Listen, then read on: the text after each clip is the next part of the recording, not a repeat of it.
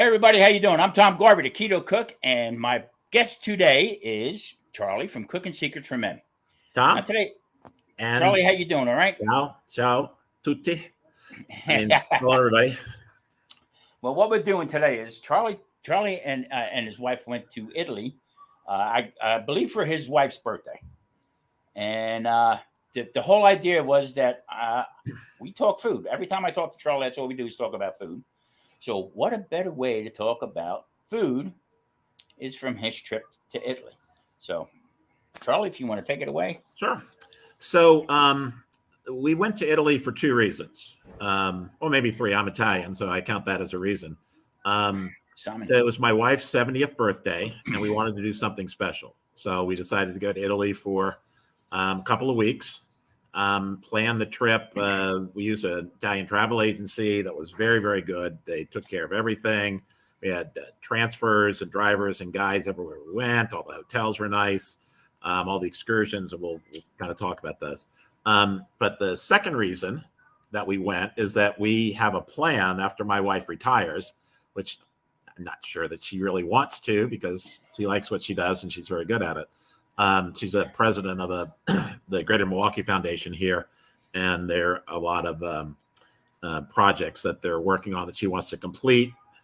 So that's probably going to take her until the middle of next year. So when she does retire, her dream has been to live in Europe for an extended period of time, embed in a community, be part of the community, and then live. But there's some limitations.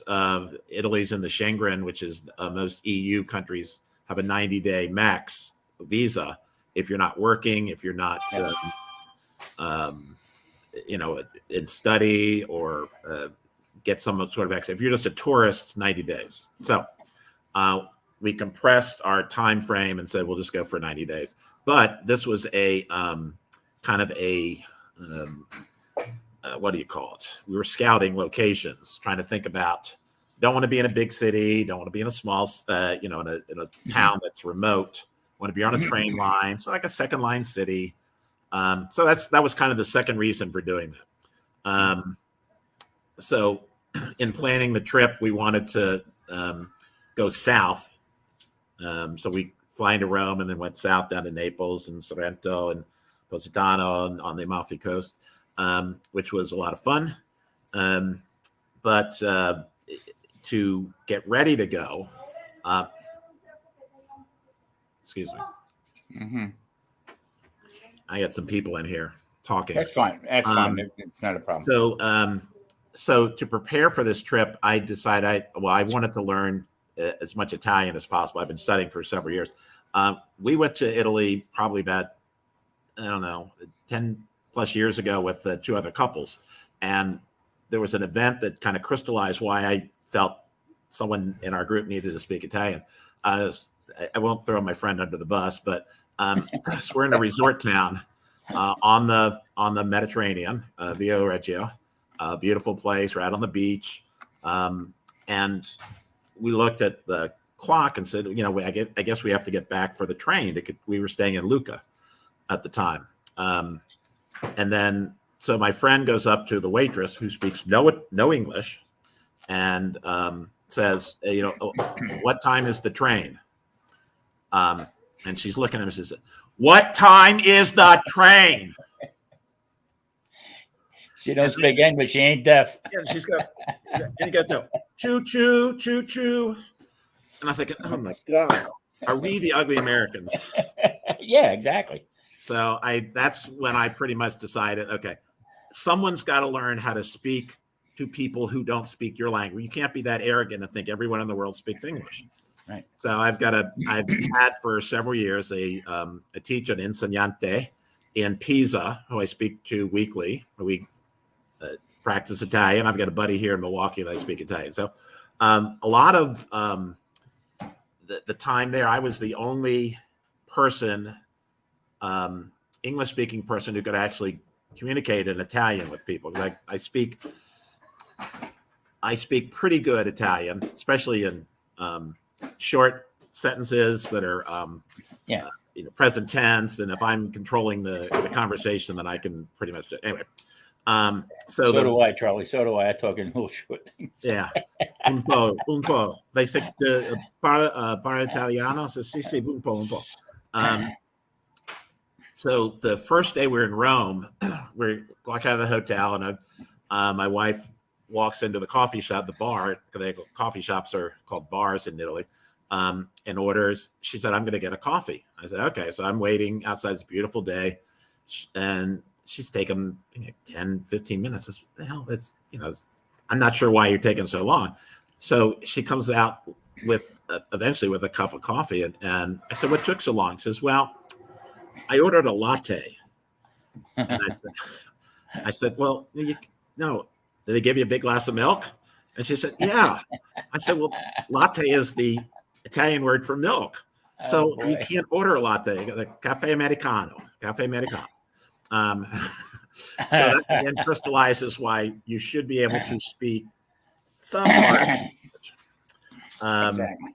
So we had drivers everywhere. From everywhere, we got picked up from the airports to the trains. It was a wonderful, wonderful trip from start to finish. In Rome, we stayed at the River Palace Hotel, which is near the Piazza del Popolo, which is a people's plaza, and in Italy, this is actually we took a boat ride on the Tiber River. We all grew up thinking it was the Tiber River, but an I in Italian is pronounced with a hard E, so it's the Tiber. Right near the Tiber River, and the Piazza del Popolo is right there too. And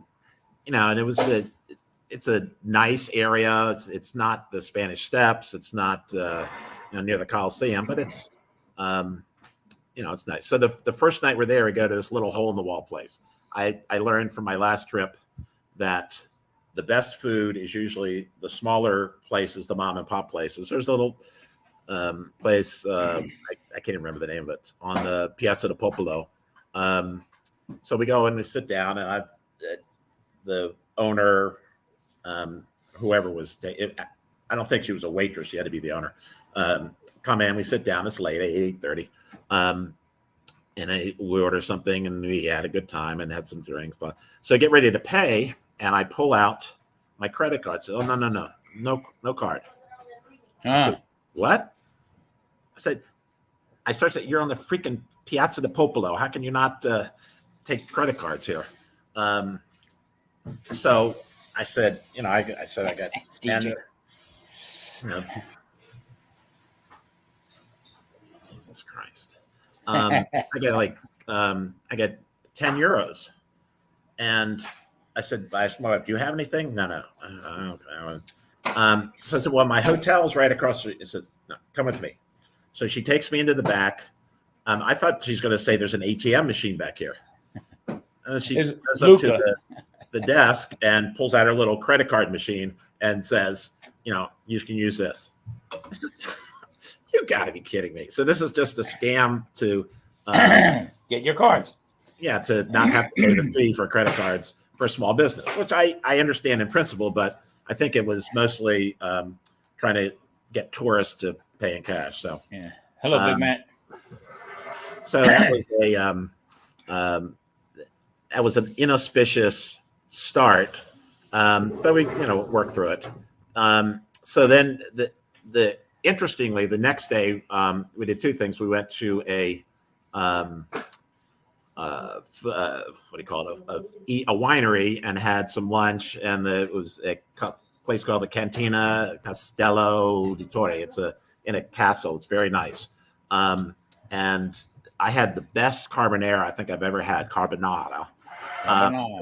One of the things that they did was they fried the guanciale to very, very crispy, very, very as crispy as I've ever seen it.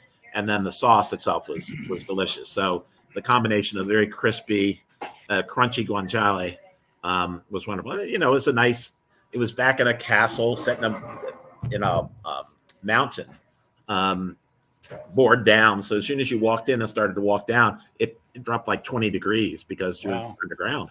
We sampled wines and had a lot of good food there. So that evening, we're walking around saying, well, let's find another place to go to because I really don't want to go back to that other place.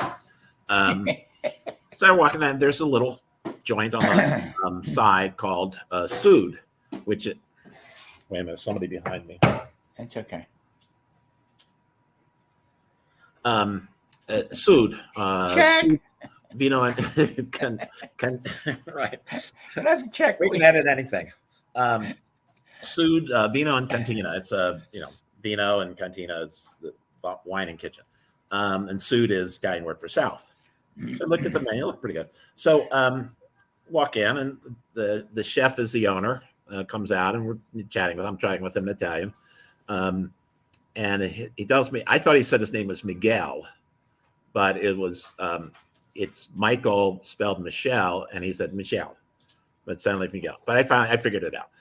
So in talking to him, I had some vongole clams there. Mm-hmm. Wonderful. Talking to him, he is in this kind of grouping of Italian small restaurant owners, chefs, that work kind of to help each other. And I said, I'd love to do some of your recipes.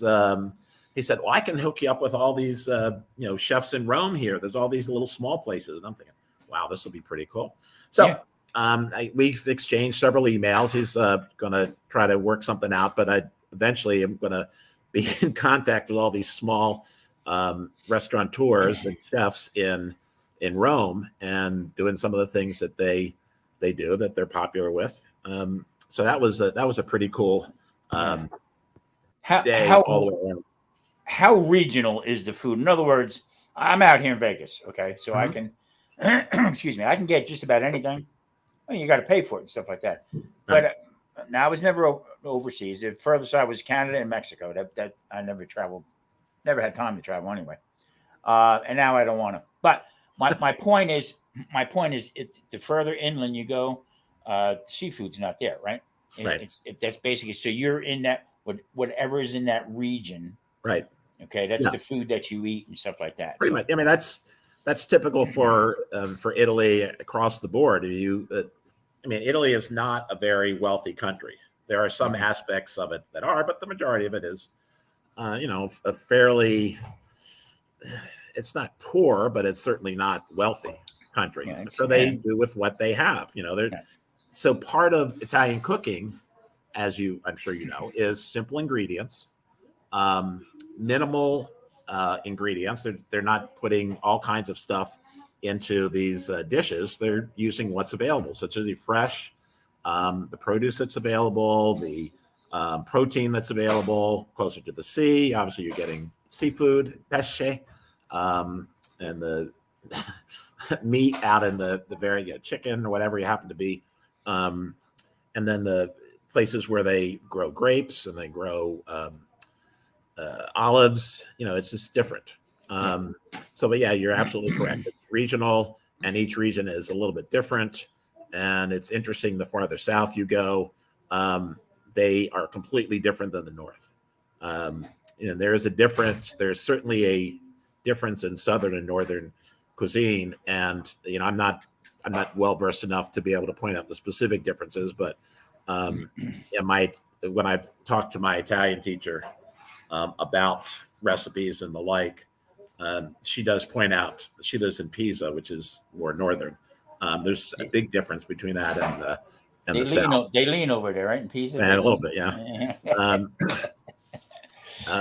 So we're leaving Rome, and the driver drops us off at the Rome train station, the Roma Termini, and we're supposed to go to Naples. We have a driver there. We've got a walking tour of Naples. We've got some interesting things to go and get there. So we waiting, and I look up at the board, and all of a sudden our train is delayed 20 minutes. That's not bad. So 20 minutes becomes an hour, becomes 2 hours.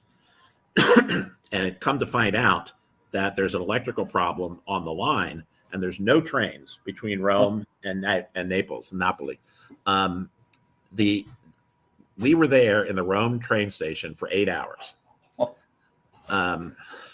There's open air. It's not bad, but Chianti, please. Can I have a Chianti? Right.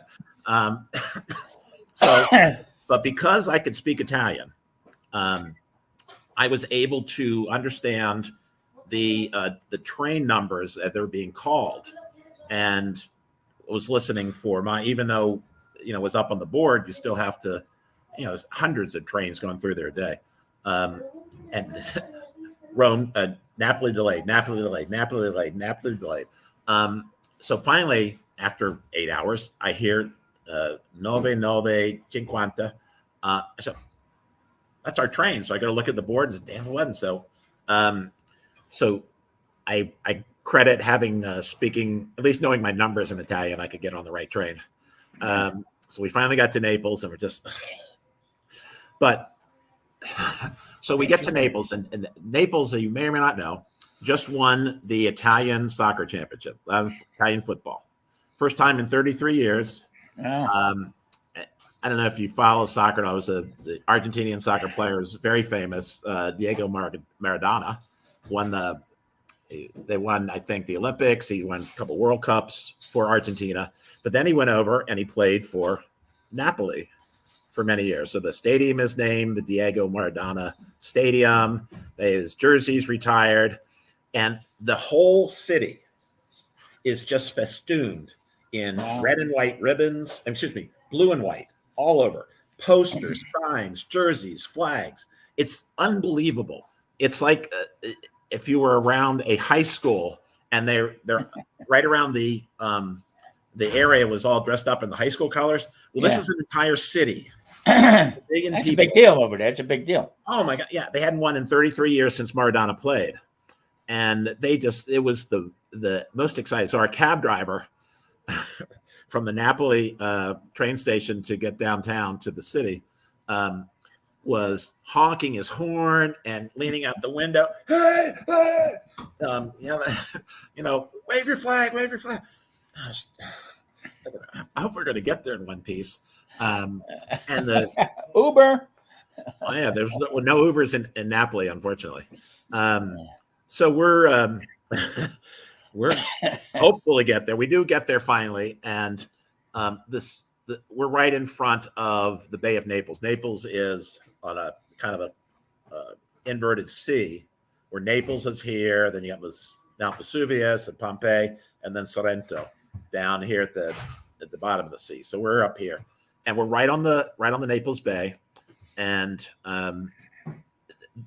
there's a promenade in front of our hotel, and there are people just up and down, back and forth, just honking horns. They got remember those South African horns they had for the World Cup? Yeah. Vuvuzela or whatever they're called. They had those types of things, air horns. And this went on till like 3 a.m. And then fireworks, of course, every hour. So it was a fun time to be in Naples. Just won the championship. And what's very funny is that on my phone, I get Google alerts for Napoli soccer games.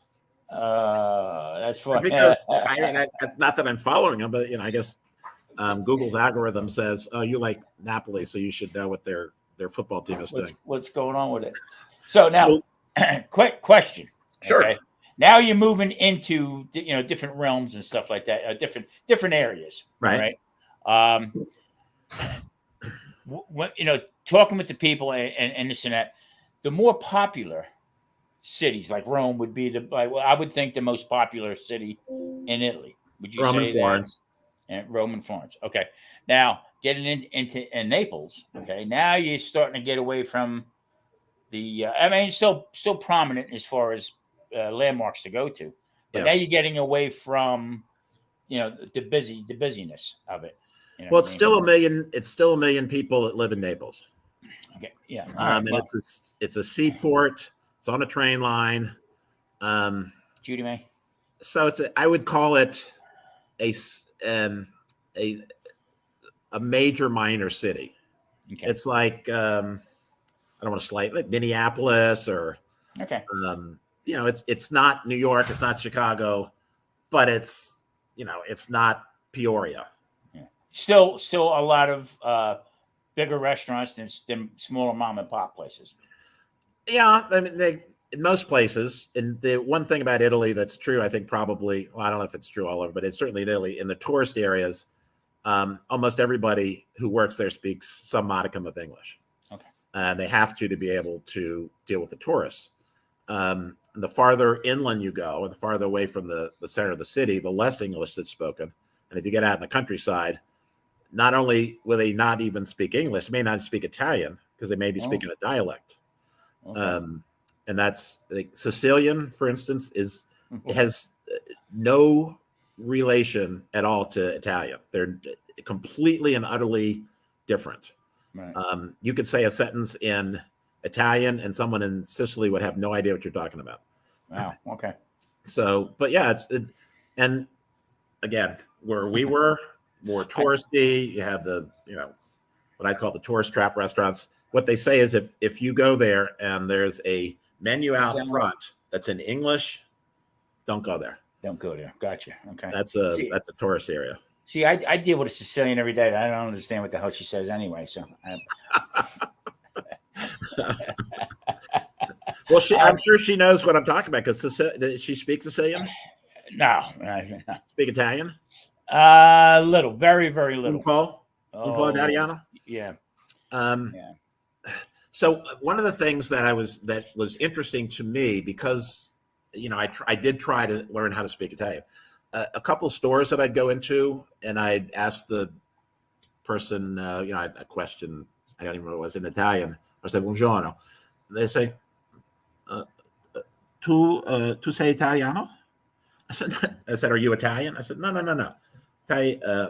Sono Italiano Americano." But it was the way that, like, my wife would say, "Buongiorno," and I said, "Buongiorno." Roll your R's and stuff. So that to me was just a stamp of approval that someone in, I don't know if they were just being polite to me, but thinking that I could actually be an Italian. I'm just hoping you didn't say, "Can I have some manicotti, please?" Ricotta. Oh God, don't go there with me. So the highlight of the trip was in Naples. So my wife's birthday was on a Sunday. Like 3 days after we got there, we had arranged. There's a grouping of people that are home chefs in Italy called the Cesarina. And a Cesarina is a singular, is a home chef who brings you into their home, does a cooking lesson. We went to the market with this one. They cook and they have a meal, and it's great. It was wonderful. So that's kind of what my wife wanted to do: go to a cooking class in Italy, go to the market. So the Napoli market is called Mercato di Antignano. Is as big as I've ever seen any place. There's an outside market, which is big enough, but then the inside is. You take the Pike Street Market and multiply by about 5. And, any big urban indoor public market, which we have one here in Milwaukee, and there's one in Baltimore, and I know Pike Street in Seattle. It was huge. It just went on and on and on, and multiple rows on both sides, and then crisscrossing it. Seafood, meat, cheese, everything. And then there is the vendors that selling all the junk stuff, but again, all red, white and blue streamers all the way down, all over everybody's. So we bought some. Our Cesarina, his name was Anna, took us there. She got some smoked mozzarella, which was I'd never had it before, but I had to find it as soon as I got home, and it's wonderful. I make my own. Oh, do you? Oh yeah. Oh, well, you have to tell me how to do that. Yeah. Let's see what else we bought. We bought some zucchini, some artichoke hearts, and now that was buffalo mozzarella, right? See, yeah, it was, but it was in a container. It wasn't, it was vacuum packed. It was fresh. Fresh, yeah. That's a big difference. Yeah. So when we get back to her place, it was a 3-story walk up, by the way. After spending like 45 minutes in this market, it was unbelievable. Carry me, please carry me. That wasn't that bad. It would have been bad if we had to take all 3 bags of food up.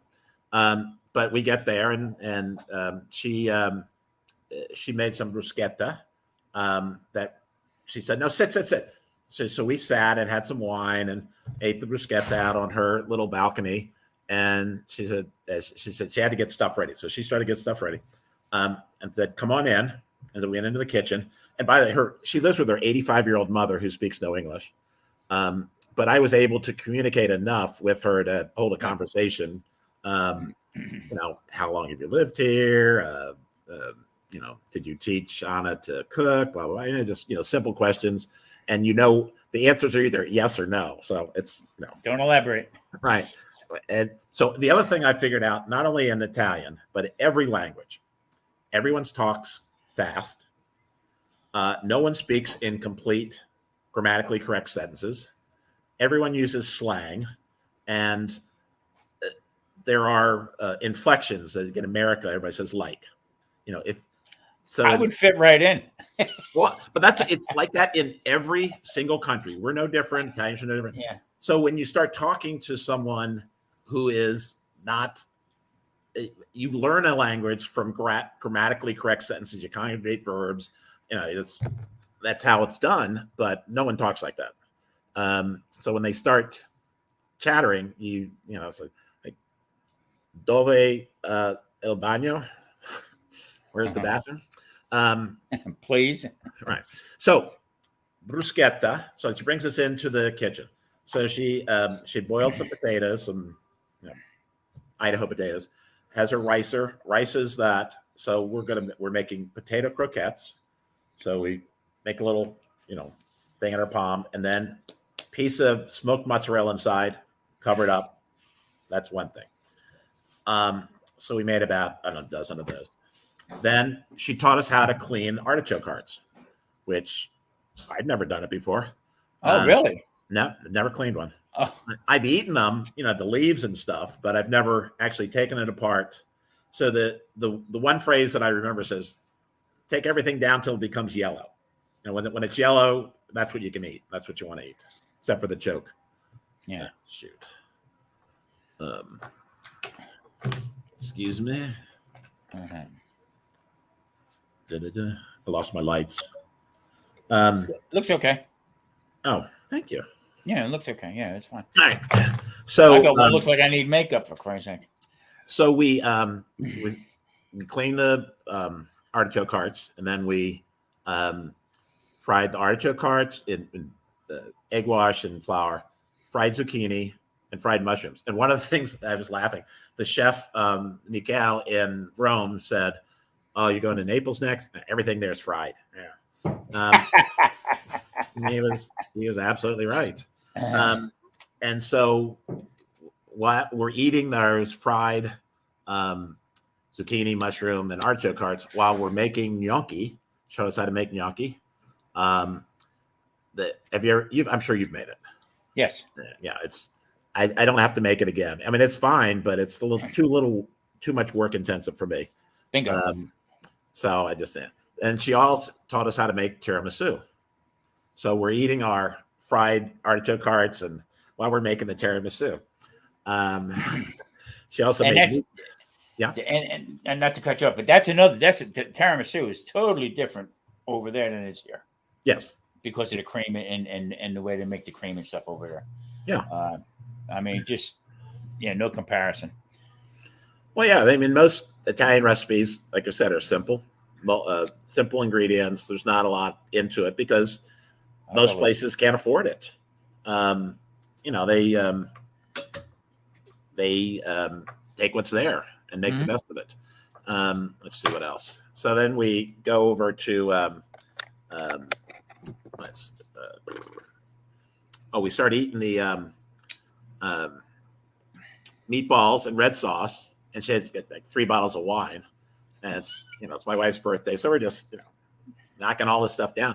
I'm thinking I'm not going to have to eat for a week. And then she's got bread, and and I'm talking to Grandma, and we're chit chatting about how wonderful the red sauce is, and then oh god, then we got to eat the tiramisu, which I forced down. That was the highlight of the trip for a variety of reasons, just because it was a truly Italian experience in the house, inside at the market, teaching simple recipes. It was fantastic. Yeah. So did you ever happen to read, or anybody, I don't know if anybody out there has read the book Playing for Pizza, John Grisham? No. That is an interesting book. It's about it's one of Grisham's non-lawyer books, but it's about an American football player who blows up his team in the Super Bowl, the championships. He played for Cleveland, gets knocked out, and eventually he decides, I can't. No one wants me in the United States. I got to leave the country. So he goes to play for Parma, where Parmesan cheese is made. And they're American football. Okay. So it's a whole story about this American going to Italy for redemption, blah, blah. So if anybody's ever read that, it's a great book because it has a lot of Italian culture in there, talking about Italian food, talking about the simplicity of Italian life, and then, American football for those of us who are. So that was probably the best meal I've ever had in my life. And I'm going to go back to the last time we were in Italy. Was at this place called it was Fattoria Meonchi near Lucca. Lucca is an interesting city in and of itself, on the line between it's east and west of Firenze, Florence, and Pisa. But it's Fattoria is a working farm, and the dining room was down in a cellar, down in a stone enclosed kind of a barrel shaped cellar. And the person who we were using their VRBO said, you got to try this place. So we went. So I looked at the menu and I said, I'm in love. So the first course, which I'm sure no one in this that's listening, or I don't even think you've had this, Tom, is lardo. Oh yeah. You've had lardo? Pork lard, yeah. It was a paper thin piece of lard with fresh olive oil from the fattoria. That was the first course. That was the primi. That was antipasti. Then the primi was an aubergine souffle, which with eggplant souffle. It was the lightest, fluffiest, most delicious thing I think I had eaten. The lardo was you got to try it because it's lardo. Oh, yeah. You got to eat it. So then I had the aubergine souffle, which was just fabulous. And then I've been trying for the week that I was there to have wild boar, cingale.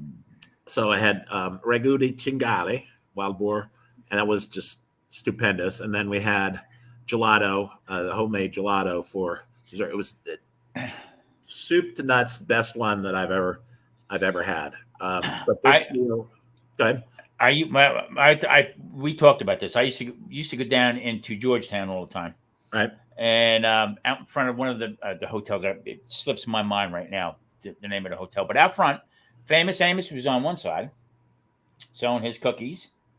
Okay, and on the other side, they had a guy had a stand who made gelato.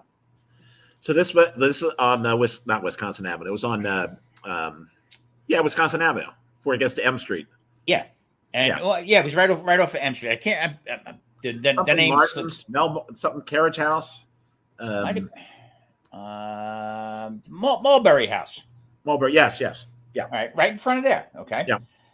So I had gelato. Okay. Now, as a kid, I was allergic to raw egg. Okay, the white part of raw egg. Right. I had this gelato. Okay. This is like the best I've ever had. So right next, and you go in there, and there was a bar right there. Okay, I went in, sat down at the bar, and I ordered a scotch. I sit down. The guy says to me, "Are you okay?" I said, "Yeah. Why?" I thought we were going to crack him in the mouth. He says, "Just like you look swollen." My lips blew up. Looked like from the raw egg, from the gelato. I couldn't figure out what it was, but then I found out that there's raw egg in gelato when they make. And how long did you have big puffy lips? About 3 scotches. And then it went away. But I mean, it was like the best first time I ever had it, and it was like the best tasting I've ever had. And then, boop, I said, well, there it is. There's my sign. Can't have gelato. So I just eat it until the corner of my mouth just puffs up a little bit. So, but.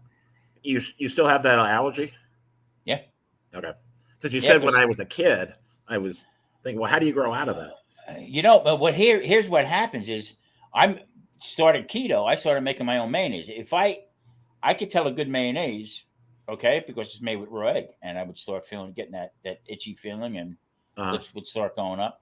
So when I was younger, my older brother, I was skinny. I was always a skinny kid, and he made me a malted milk, and he cracked 3 large eggs into the malted milk, and I mean, I was a high from head to toe. So that was.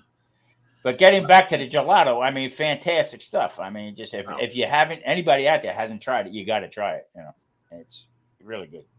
Well, I tried to explain to my insegnante in Pisa that in America, all gelato or all ice cream is not gelato, but in Italy, all ice cream is gelato. So in the U.S., we have gelato and ice cream. They just have gelato. And she couldn't quite comprehend what I was saying. So eventually I explained to her what it was, but it's not an easy concept because we say gelato, ice cream translated as gelato, but gelato is gelato in Italy. It's not ice cream.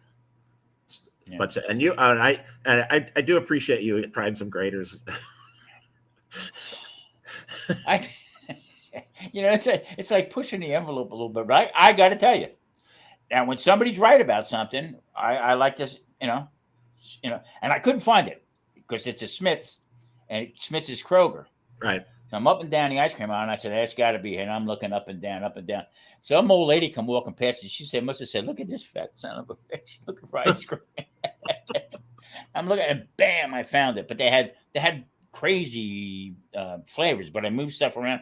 But I found that double chocolate, and you are 100% right. The chunks of chocolate and stuff in there.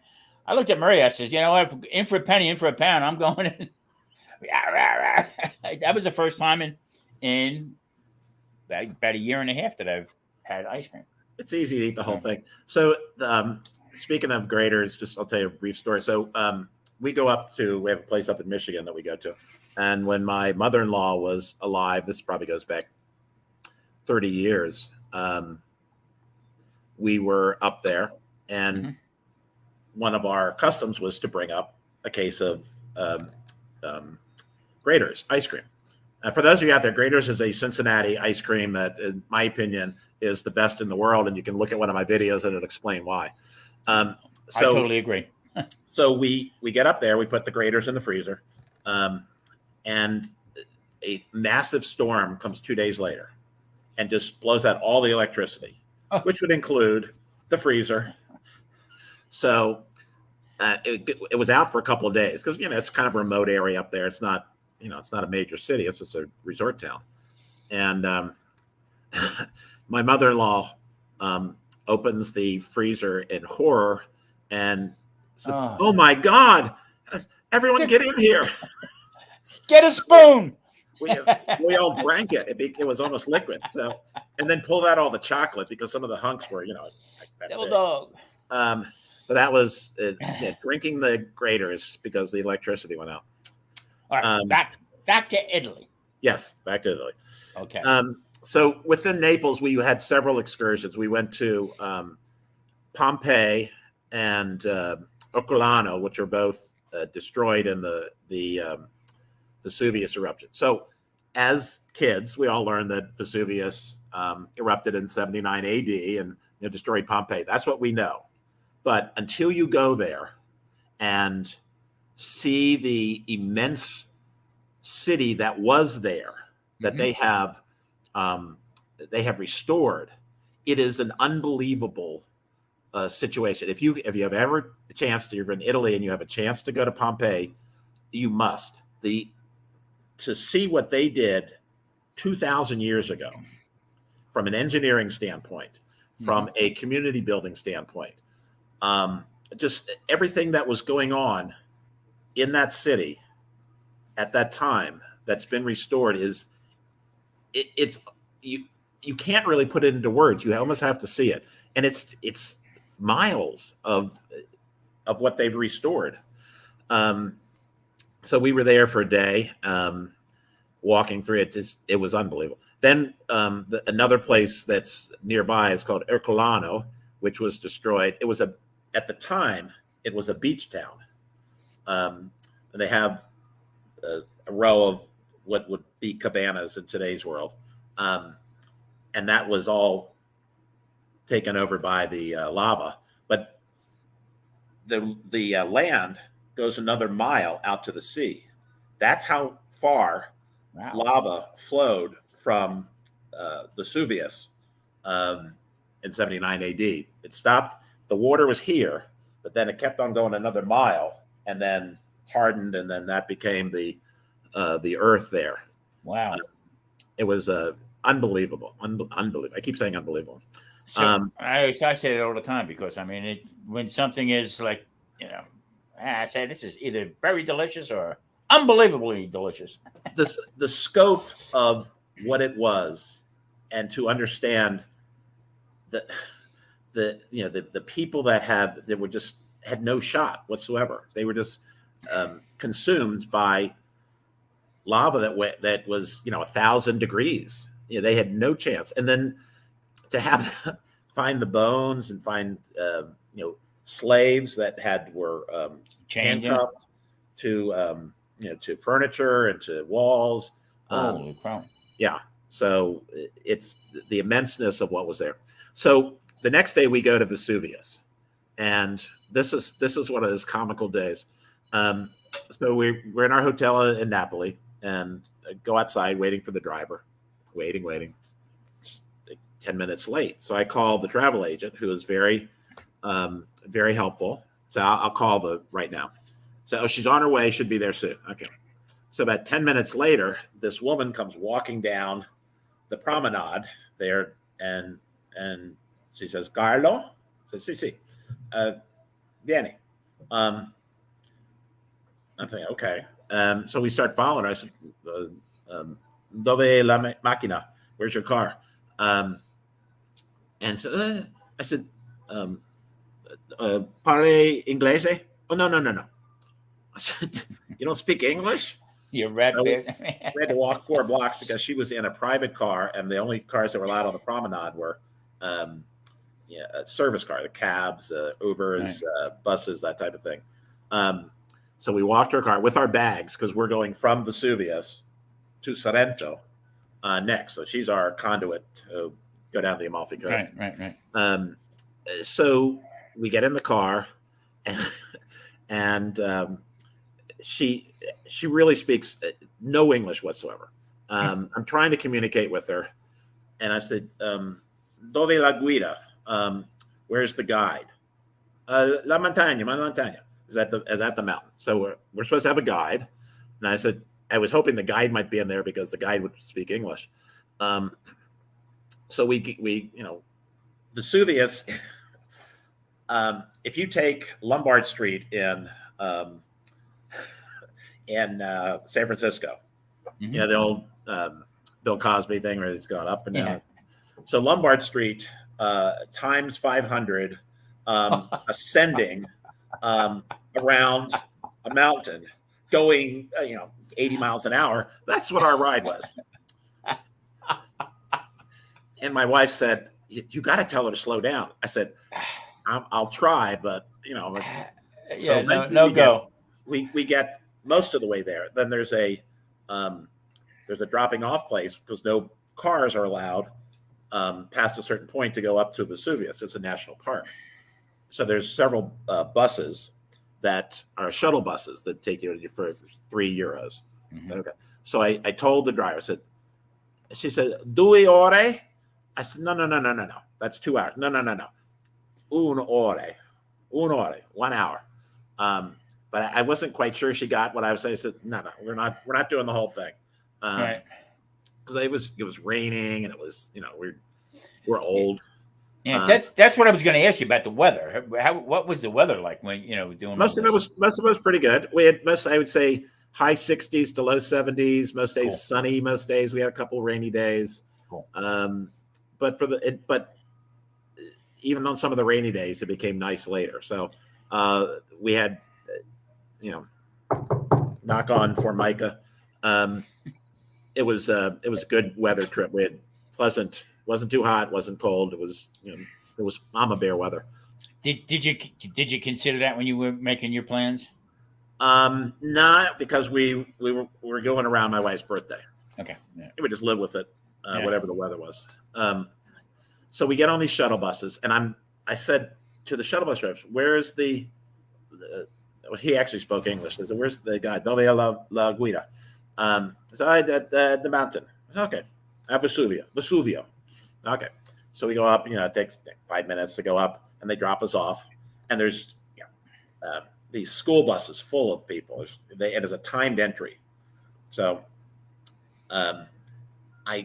we go to our time. We walk up to the guy taking the tickets, and I said, "Dove la guida? Where's the guide?" He says, "Oh, at the top of the mountain."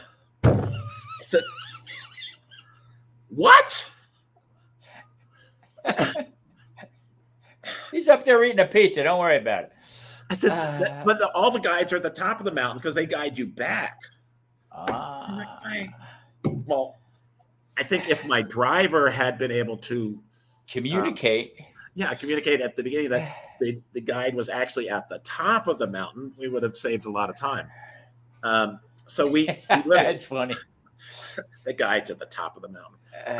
So we really look about 50 feet, and it's starting to incline, and it's raining. And I said, "Okay." My wife said, "I really don't want to do this." I said, "Okay, I'm glad you said it." Yeah. I said, "But now we can say we've been to Vesuvius." So we take a shuttle bus back down after waiting for a while, and the driver did show up, and I said in the best Italian that I could muster, "Bisogna di guida lentamente. I need you to drive slowly. Già la montagna, down the mountain." I said, La mia moglie, my wife, a parola. She's scared. Did she comply? She did. She understood that. So she took her time going down, which is, you're looking down and down at the end of the mountain. Whoa. So we eventually got down, and we get on our way to Sorrento, and she drops us there. And I'm trying to think if we had any good food in Napoli. Did you try any pizza in Naples? It's not the same. No, it was unfortunately, it was a place right next to our hotel. It was a touristy place. This was the day we had gotten back late from one of our excursions, and we just wanted to get something to eat. So instead of trying to make a reservation at a nicer place, we just said, go over to Rusty's and wherever the place was. Rusty. We got some pizza. It's okay. I trained under a guy who came right off the boat from Naples. Okay, chef. They brought this guy in. He was good. He all he called me was "son of a bitch." You son of a bitch, come here. So I got what I could gather out of him, and I tell you what, the guy was a great chef. He showed me a lot of different appetizers and stuff, and the place that I worked at with him, that's what it was. It was driven for the appetizers, but abundance of them. This is in Jersey, right? Yeah, and down on the Jersey Shore. Yeah. And the guy was fantastic. He's the guy who taught me when he makes his sauce, he didn't use sugars, nothing else in that. Butter. He put butter in his sauce. So I said to him, "Make me a pizza from Naples." Okay, you son of a bitch. And he'd made, I mean, because he always made up the dough because he made his own breads and stuff. I mean, everything was fantastic. It was sauce and bread. That was it. A little bit of Parmesan cheese on it. No, you know. And if they did put cheese, if they did put any kind of fresh mozzarella on it, it was very little. What was the crust? Was it thin? Yeah, it was thin. Yeah, and that's one thing. All the Italian pizza that I've ever had have been thin crust. Some of it I've had in Rome was cracker crust, which is I much prefer. Oh yeah, yeah. There was a place in I cannot remember the name of the place, but it was they would make this pizza and it was almost like a cracker. I mean, it was just you know, that was delicious. No yeast. That's basically what it was. There's a place here.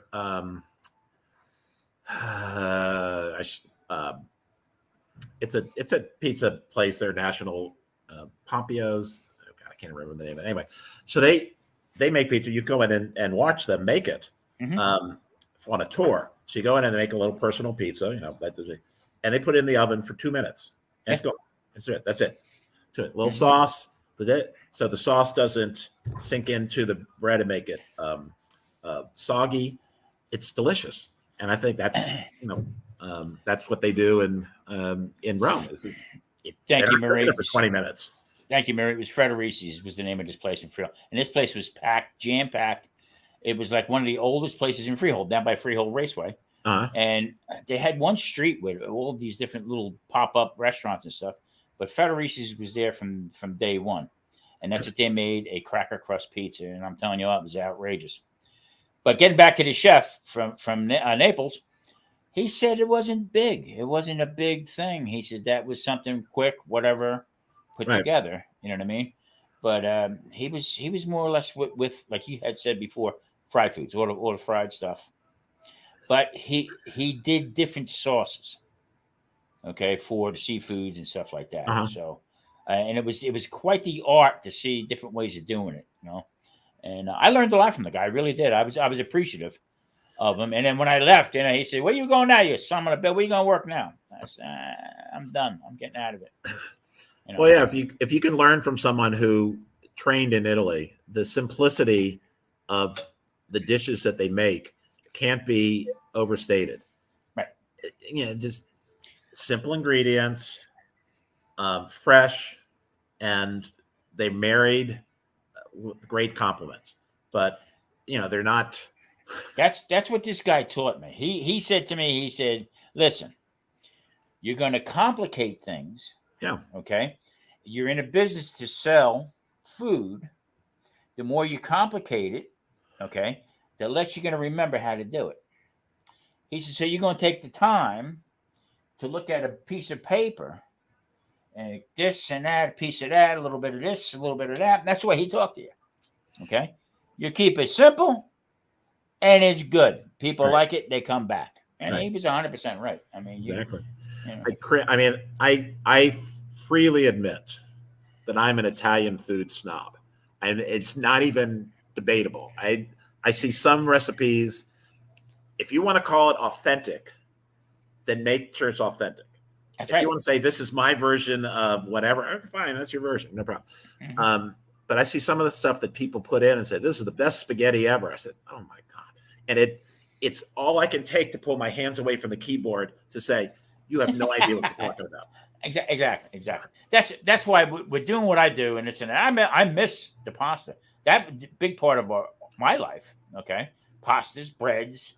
Okay, well, those egg life. Yeah, those things. They have to have the same relative consistency as pasta, don't they? Yeah, yeah, they do. But I'm boycotting them. Oh, you are? I'm boycotting them, Rhett. I gotta say. I said to him, you know, how about I have one video that has a short has 160,000 views on it. Okay, and if you type in egg life wraps for pasta, my video is one of the first ones there. It's got 13,000 views on it, and I'm not done. You know me better than that. I don't care about that crap. I said, how about doing something with me? Send me out a couple packs and whatever. All right, and send me $1 coupon.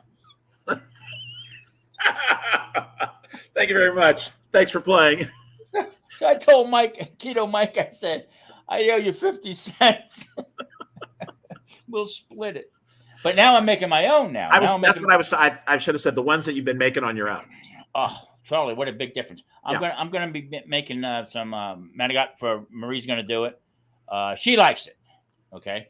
Very easy to do, very quick. You can make different things. The only problem I have with this stuff is cutting it.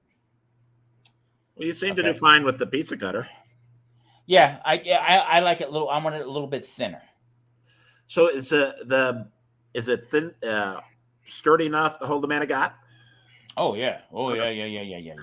Yeah. So that's going to be the next thing. One of my videos right now, what I'm trying to do is I'm trying to show quick, easy, and you don't have to say, if you don't want to say keto, if you don't like the word keto, don't say it. But we're going to make pasta this way. Okay.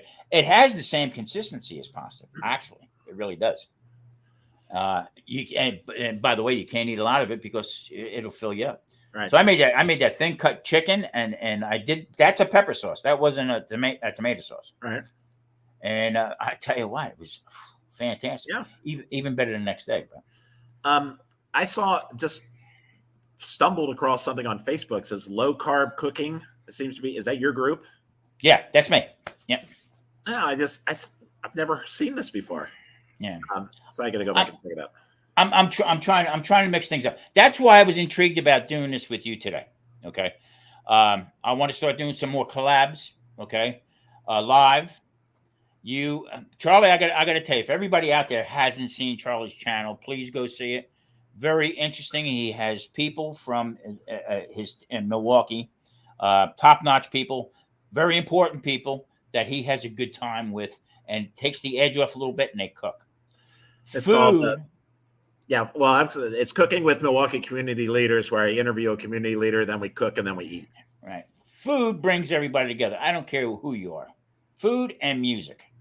And that's where I'm at right now. I'm to the point now where anybody wants to do a live, let's do a live, collaborate. It's not a competition, nothing like that. We can chat, but at the same time, we can cook. It doesn't have to be the same thing. It can be whatever you want.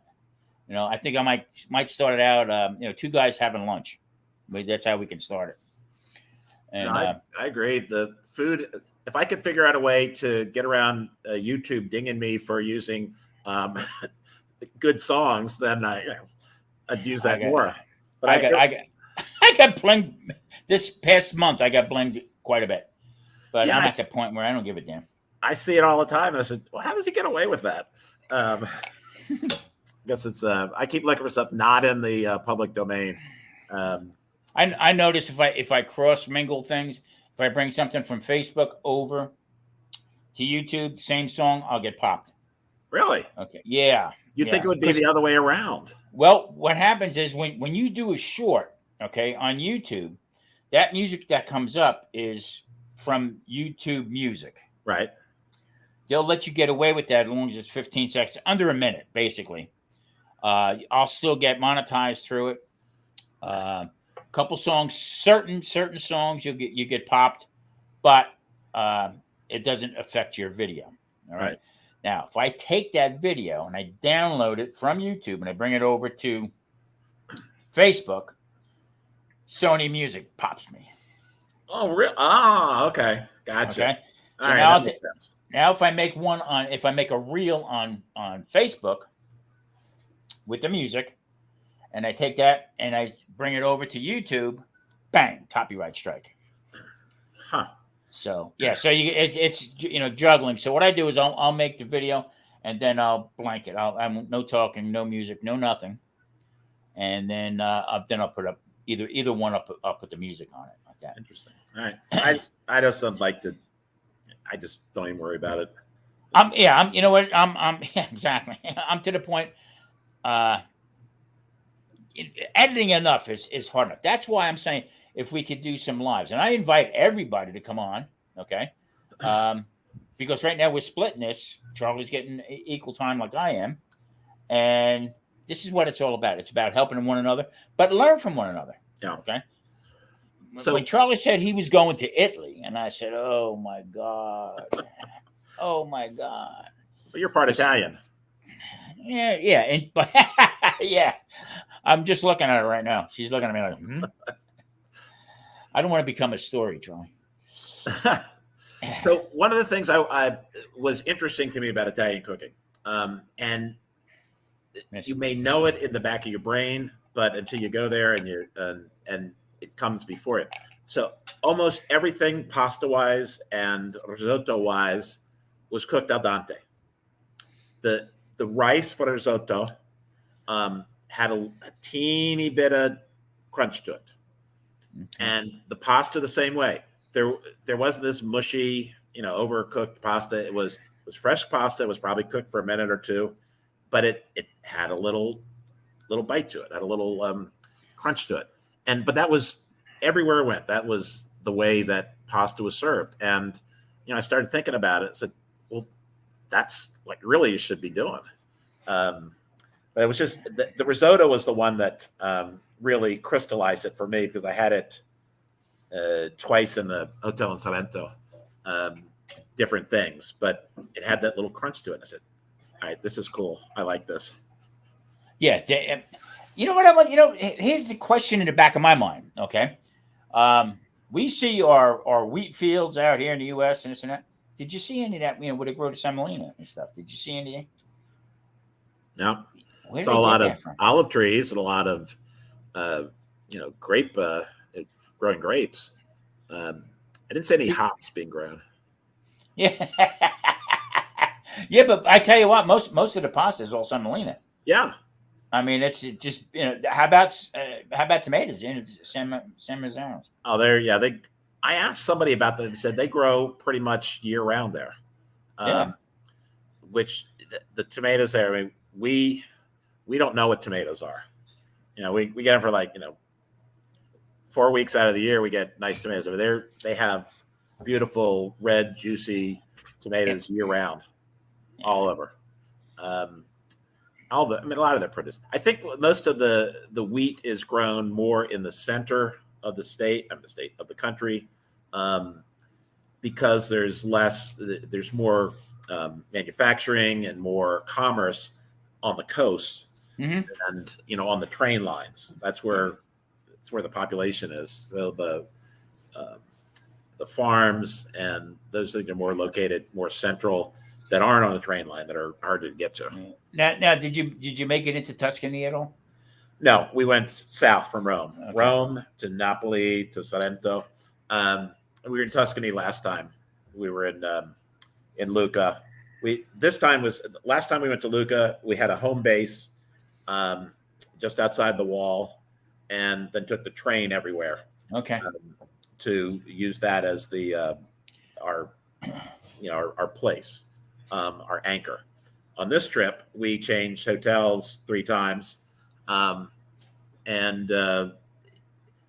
it makes you pack more judiciously, because I said, what can I wear 3 times? How can I mix and match? Because if you stay in one place, big suitcase, you don't really care. But you got to carry these things, to train stations and all over the place. So that's when my wife has been after me for 30 some years to pack more judiciously. Don't take so much stuff. You don't need all that stuff. I agree. I mean, yeah, my wife, okay, Italian. Yeah, I got to tell you a quick story. Okay, my daughter had moved out of her house yesterday. We helped move. Okay, so I played Saturday night, 4 hours. Okay, got done with that. By the time I got home, it was 1 o'clock in the morning. By the time I fell asleep, it was 3 o'clock in the morning. We were up at 9 o'clock to go help my daughter move. Okay, moving boxes. Oh, I needed to take a bath in aspartame when I got done. But somebody took Sophia's pocketbook and packed it into their car. Maria's pocketbook. Well, you think the world stopped. Wait a minute. So the rest of the day, she's walking around like Sophia with her pocketbook on. I said, you can't make this stuff up. I mean, just unbelievable. But, that was the deal. So Marie is a compact person. She will pack, okay? She will, the most stuff into the smallest space you can find. Right. All right. And to go on a trip with her? Yep, I got it. I think her pocketbook has wheels on it. You know what I mean? So yeah, she can pack a lot of stuff into one thing, and you know what? In a way, and I say, why are you doing this? But in a way, it's much smarter. You know. Well, yeah. So that's one thing I learned. If I'm going to go, if we're going to move there for 3 months, and I don't want to have all these different suitcases. I have to pack and figure out where the laundromat is. They do have them there. Yeah. I don't want to pay hotel prices for laundry because that gets exorbitant. So the first day I was there in Rome, I spilt on my white pants something. So I had to. Oh, so when we checked in the hotel in Rome, the person who was behind the desk, nice young woman, said, I started talking to her in Italian. She said, okay. From now until I give you your key, we can speak English. But after that, no inglese, solo Italiano. So anytime I saw her, if I started asking questions, no, Italiano solo, only Italian. So I had to learn. I had to tell her not only how I got it staying on here, I got to get it out, but what time is the dry cleaners open? What time our train is? So I had to do that. And she wouldn't let me speak Italian. She's done. For most people, how do I put this? For most people, the expense of traveling like that, high, low, medium, you can get some good deals to go see other places. Would you agree with that? Yeah. Okay. Yeah. Okay. Because I think that's the one thing that people are afraid of. Well, I think if you do the trip yourself, you're gonna save money. I don't think there's any question. However, I was more interested. My wife is 70. I'll be 67 in August on my birthday, and I'm not interested in trying to flag down cabs and take a bus and say. Now I want a driver. I want a driver to pick me up at my hotel. I want a driver to take me to where I'm going. I like to stay in a nice place. So this was a conscious decision because I first started out trying to do it on my own, and I said, okay. My wife said, yeah, no. There's these travel agents that can do this, and they did. They put together this wonderful package. But yeah, I think we ran into a couple in Napoli from Australia, and they travel all over the world. Mm-hmm. But they do it all themselves. And what's funny, we ran into them at Pompeii just by happenstance. But they make all their arrangements. They shop for bargains. They use miles. They try to stay in the same and use their points from the different hotels. So you can do it on your own. I just I'm not. I just would rather not. I'm asking you these questions for other people who would think to ask the questions. Okay. Sure. The pasta, is it boxed or all fresh? For where we ate in the hotels, it was all fresh. I'm trying to think. At the winery, it was certainly fresh. The carbonara. In Sorrento, everything was fresh. I'm not 100% sure about the little hole in the wall place. Okay. That could have been because I didn't really see a kitchen where they were. It was a hole in the wall. But I think for the most part, it was fresh. Steven, how you doing, buddy? Because that's the thing.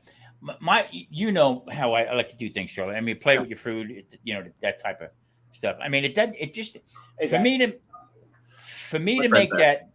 make that homemade pasta, keto pasta. Let's call it what it is. Okay. By the time you take a pot, fill it with water, put it on the stove, get it to boil. Okay. Put your pasta in, wait 10 minutes, 12 minutes. But I was done with in fact, we were getting ready to sit down. That's how. So my whole point is play with your food. It's not really hard to make your own pasta. I agree. Okay. So, everybody, I don't have time. That's where I'm throwing things right now is you do have time. You know, a lot of people, if you have time to sit and binge watch Netflix, you surely can cook at home.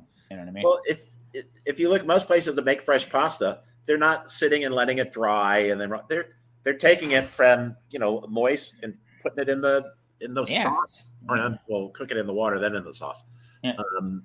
Yeah,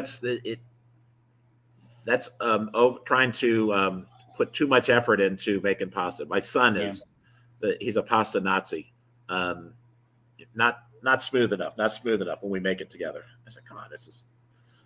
He always makes me redo it. But anyway, I think most of it was fresh. And I think it's probably cheaper to make it fresh, which is one reason. And then these smaller places, they don't, it's probably cheaper. You can just make it right away. And if you have a ball sitting there that's, or sheet, you just put it through the pasta cutter and ready to go. It's over. Yeah. So knowing you like I know you, okay? Yes. And people that you contacted over in Italy. Yes. Okay. When are we going to see the next couple videos of you replicating dishes from? I seen one you sent me already. One on Facebook I seen. Yeah. Okay. Well, this is Sorrento. We said a place called the Hotel Minerva in Sorrento, and it's up on a hill. Sorrento is like Cinque Terre. Everything is just straight up. It was very nice, but the problem with being at a nice hotel in Sorrento is there's no taxis, and you have to walk probably half a mile to get into town. So we ended up. The reason that I'm telling you that is because we ended up eating all of our meals at the hotel because it was just simpler than. There are cabs once you get into town. Mm-hmm. Probably. They said you could probably get one there. I said, "Can you call?" Well, they're usually there. So I said, I'm not walking home at night. No good to add lunch right now. So the breakfast is, all breakfast in Italy is the same. It's dried meats, it's cheeses, it's fruit, it's pastries, breads, it's and different kinds of coffees and juices. Everybody has the same thing. That's what Italian breakfast is.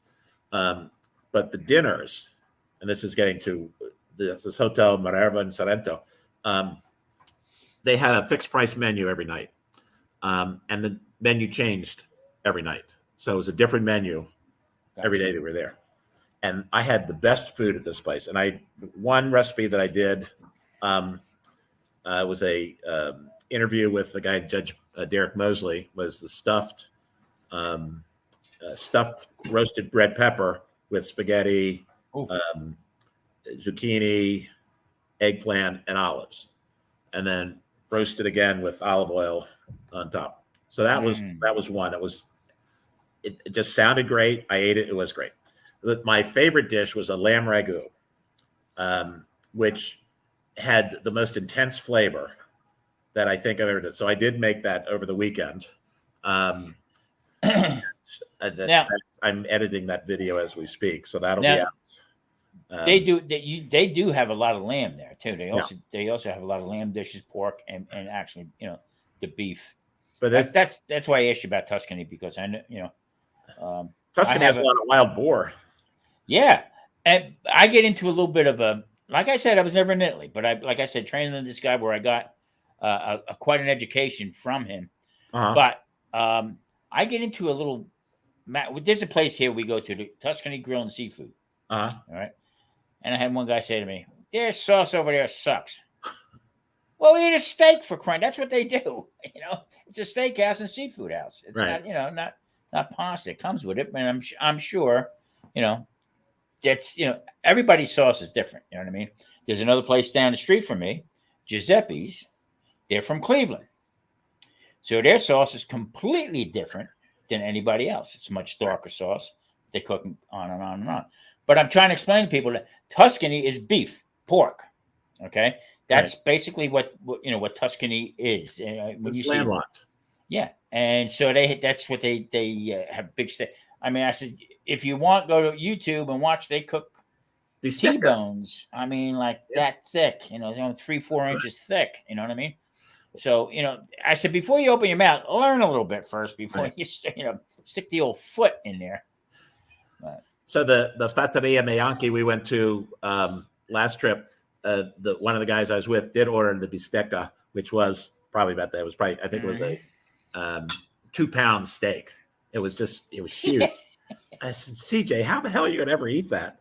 But I think he finished most of it. But yeah, that's part of Tuscany is big steaks, lots of wild boar, lots of I think they probably have lamb there too. But this lamb dish I had, I cooked it here for 2 hours, and I think if I'd have let it cook a little bit more, the flavor would even be more intense. Yeah. And so I think that's what the chef did. I'm sure he just let it, cooked all day, put a little more water in, and the flavor just melts. So that's one. I want to do some from the Cesarina. I want to do the artichoke because I tried to do it the other day, but I completely screwed it up. My knife wasn't sharp enough, and I was trying to saw through this artichoke heart. And so it was just. I keep telling Marie, might have choked Artie, ain't choking Tommy. That's for sure. It was an S show from the beginning, and I just got down and I said, okay, forget this. So I'm going to go back and try it again. I'm going to start bringing Marie up on a little bit more on keto cooking, because certain things that she does, okay, with the escarole, okay. Now, like I said, I worked in Italian. We never cleaned it like that ever. So this was handed down from her grandmother to her mother to her, and her sister had to do that. You want to see her clean through a artichoke? Unbelievable. I'm sure she can do better than I did it. So I'm gonna put her up and do one like that. I mean, keto friendly, hell yeah. I mean, yeah. So I think we'd all be part of it, and that's what I'm trying to do. I want to mingle with you a little bit more, and everybody else to do stuff that we all know how to do, and it's beneficial to everybody. Well, I think both you and I do relatively. You have the same kind of thought process. We cook what we like, right, what's interesting. We're not trying to recreate the world or something different. No, this is what we like. This is what I like. This I'm cooking this. You like that? You're cooking. I'm taking stuff from my recipes that I did in a restaurant and just making it friendlier for me. Is it totally keto? Some no. Okay, but I'm at the point right now. Actually, I'm 2 years on keto this week. Congratulations. Okay? And I'm 62 pounds down. I'm, with the medications and everything down from 13 to 3. And I'm experimenting. Hey, I even had some ice cream. You know what I mean, Johnny? Good for you. No, but the difference is that I can come back. I rebound back better than I did. Almost like somebody who doesn't have type 2 diabetes. That's the thing. Well, so, I know I've told you this. I enjoy your videos that are longer form because you take the time to explain what you're doing, why it works. The 3-minute videos where you're trying to pack as much in as possible, and the print is about that big, and you have to kind of squint and say, "What does that say?" Yeah. No, you're right. You're 100% right, and that's what I'm doing now. I'm at the point now where I am going to just try to show people, because the other thing is there's people that click on YouTube because they want to learn how to. Right. Okay. So by me blowing through something to satisfy somebody who says, "Oh, your videos are too long," nah, that doesn't work. There again, that's why I was interested in talking to you today about your trip. And I know for a fact that you're going to be popping up some really good stuff. I know it. I'm hopeful too. It was a trip of a lifetime, as I told you before we went on, and we'll see what happens when we go back and we live there for 3 months. What's interesting about the Schengen, the EU countries, is that England, Ireland, Scotland are not part of it, and there's a couple other countries, some of which you wouldn't go to, that are not part of that. So you can go to fly into Edinburgh in Scotland, and then go down through the the UK, and then come over to Italy, stay for 9 days, and then you can go back to I think Croatia is not in Schengen. I forget where else. But you can go back and to go to Ireland and stuff like that. So I think that's what we're thinking about. 3 months in Italy, and then some side trips to some of the other countries. And I've been to Ireland, Italy. We were in Paris briefly and Amsterdam, but other than that, how'd you like Paris? Not to put you on the spot. I mean, no, it's being Italian and then talking Italian with people who appreciate the fact that you're trying to speak their language, and then juxtapose with the French who go, "What are you trying to say?" Yeah. See that, and don't get me wrong. Anybody's French, I'm not putting anybody down or anything like that. It's just, I don't know. Here's reason why I never really traveled that much is because I feel that some of those countries just don't like Americans. True. Okay, and we are the ugly Americans. Yeah, and that's I would have a little issue with, but I mean, just for their culture and what they do and this and that. I'll never forget. We went into the city, into New York, and we went to a French restaurant. Okay. And we ordered and blah blah blah blah blah, and they come out with a half a lobster. Half. So it was a small one. So it was a pound. So it was a half a pound of lobster. Okay. And I looked. Said, "Where's the rest?" Hey, Slappy, come here. Where's the rest of that? Oh no, that's it. So I have a little issues with that. Okay. Italian food is my go-to. What I've been doing lately is I've been comparing Mexican food and Italian food on a sauce by sauce basis. And there is really not that much difference in it. Okay, as far as the peppers, which they have plenty of, with some tomatoes and tomatillos, the green sauce, the red sauce, stuff like that.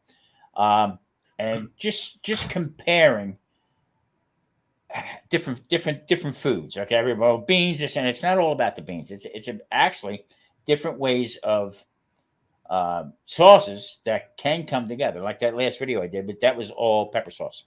All right. Okay, and I'm telling you what, it was absolutely delicious. So yeah. So are you going to juxtapose some Mexican dishes with some Italian dishes, or just the sauces? No, I'm gonna intermingle them because they're I mean, a lot of the different meats. You can taco everything. All right, you can put everything to tacos, but how about taking some of that meat and put it in with some linguine or with a tomato sauce? There's a restaurant that just opened here in Milwaukee, Taro Cucina, which is a combination of, I think it's Italian and it's either Mexican or Spanish. I can't remember which one it is, but it's the same type. It's a fusion, and they're doing exactly what you said. They're making, meatball tacos, and I'm being facetious. No, but you're 100% right, no. And that's what I'm intrigued with. Okay, I was on an Asian kick for a long time. No comparison. I mean, that's just one side, the whole bit. Right. But Mexican food, I mean, everything's with a sauce. Right. Okay. The taco could be their macaroni. You know what I'm saying? Yeah. And with the vegetables, Charlie, if you ever get the opportunity to go to a supermarket and look for Mexican oregano. Okay. It's not the same family of European oregano. Okay. By itself, and I'm telling you what, the flavor is through the roof. Well, I have several Hispanic markets within a couple miles of my place, so one that I go to all the time. So I will definitely get. I know you have extolled the virtues of Mexican oregano as your. Yep. Yep. going across. Unbelievable. I mean, the flavors of I'm using that in my tomato sauce. Yes. And see, that's the other thing that the Italian chef, okay, that he taught me was simple. Garlic, tomatoes, okay, oregano. Right. That's it. Cook that down for a little bit. That's why I call it a utility sauce. And then you take that sauce and then you add to it. You want to add your meat to it. You want to add your seafood, whatever else like that. Then you go from there with it. I just thought of this. There was a restaurant when I was living in D.C. Goes back to we moved in '95, but it was there for many, many years. It used to be an Italian place, something Roma, Pizza Roma or Cucina Roma, and then an Asian family bought it who was from Thailand, and it became Thai Roma.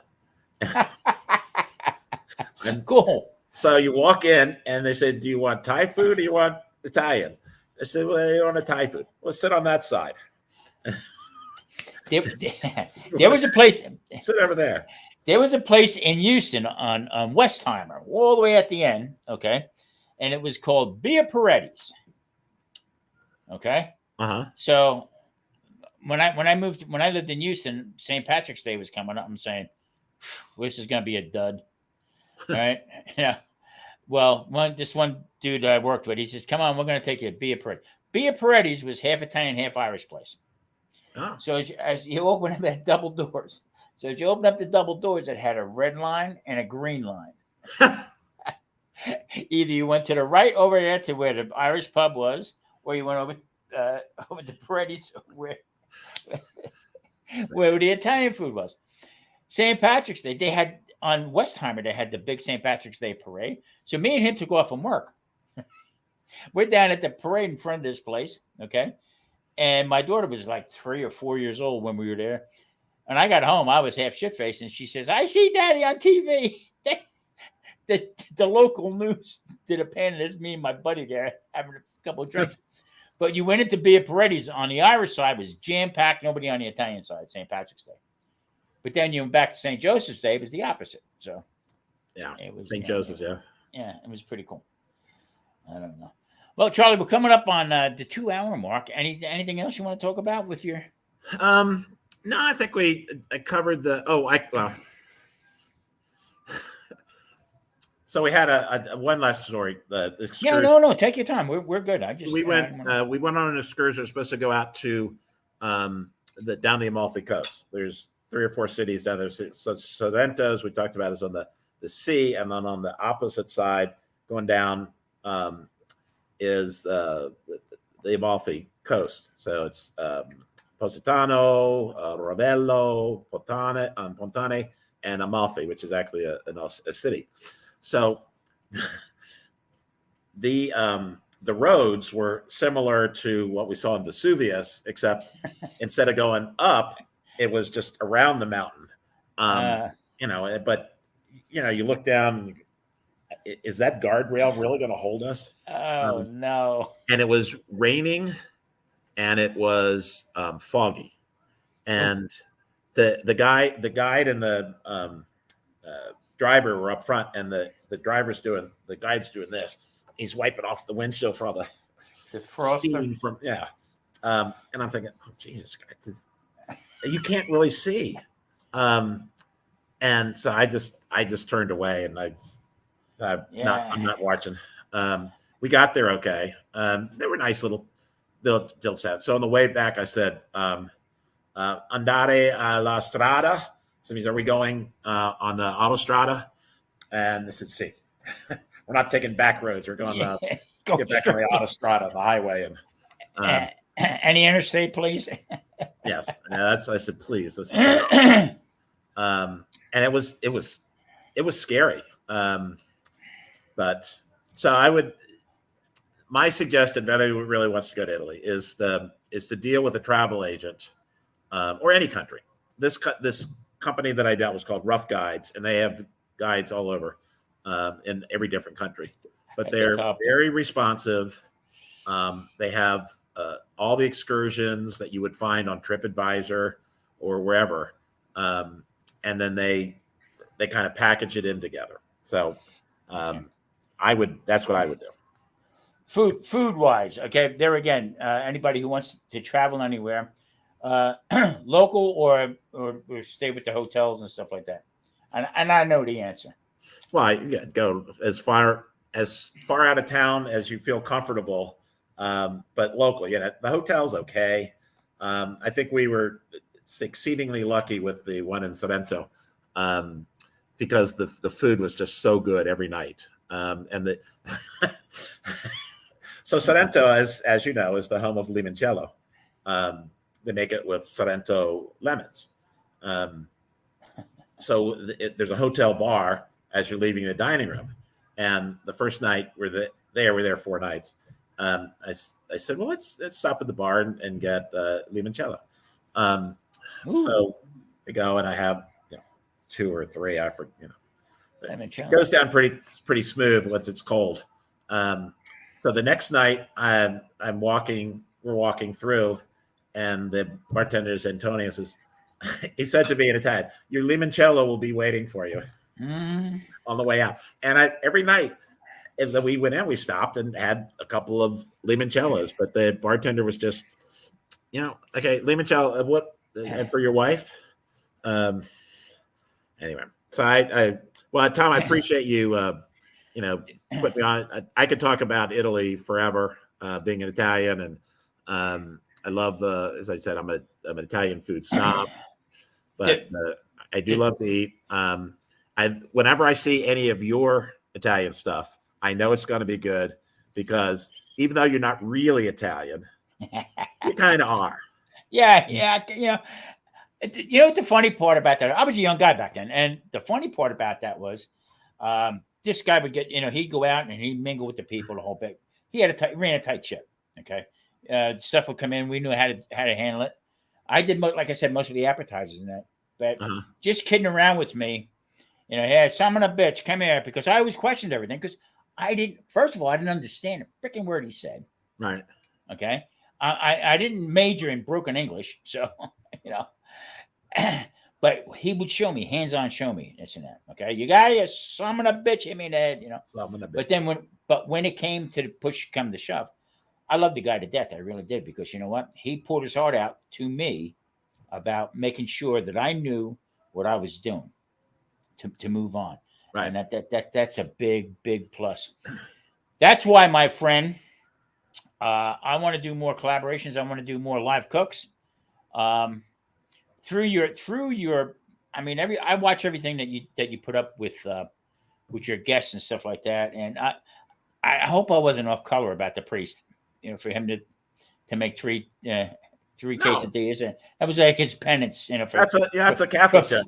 Yeah, for flipping the quesadilla up to the side. No, I was only kidding. I knew exactly where you're coming from. So no, I thought it was pretty funny, actually. But I actually enjoy learning from the different people, what they do, that side of them, and you still can have that. That's a great well, show. I don't know if I can't even think if I've posted this to Facebook yet, but they did an article on me in Milwaukee Magazine on my my show, which is Cooking with Milwaukee Community Leaders. It's called Civic Gastronomy, and it details the show, and the writer who wrote the article said, "I have a breezy and self-deprecating style."